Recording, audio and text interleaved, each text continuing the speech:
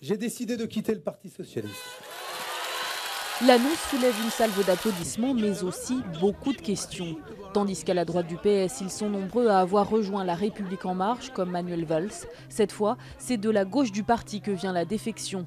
Benoît Hamon, le candidat malheureux à l'élection présidentielle, quitte un parti, mais pas un courant de pensée. Les partis, c'est les partis. Le socialisme, fort heureusement, il survivra au Parti socialiste. Comme avant le Parti socialiste, il y avait la SFIO et il y aura sans doute autre chose.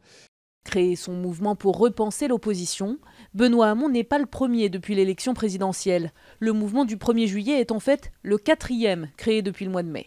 Seulement ce dernier est le seul à se placer clairement en dehors du parti. Une erreur pour certains, un espoir pour d'autres. Entre le sans-cravatisme et la casse du code du travail, oui, je pense qu'il y a un espace. Je pense même qu'il y a un large espace. Je pense même qu'en fait, c'est à gauche, en tout cas, la majorité des gens qui se retrouvent dans cet espace-là. Le Parti socialiste, à chaque fois que ceux qui l'ont quitté, l'histoire l'a montré, en général, il n'y a pas beaucoup d'espace à côté. Ce sont des aventures, souvent des aventures individuelles.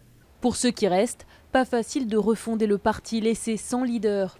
On est à la fin d'un cycle. C'est la mort du Parti socialiste d'Épinay tel qu'on a pu le connaître depuis 45 ans. Est-ce que ce parti va renaître? C'est ça la question.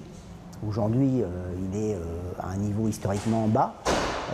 Va-t-il être capable de se régénérer, de retrouver des modes de fonctionnement différents, nouveaux?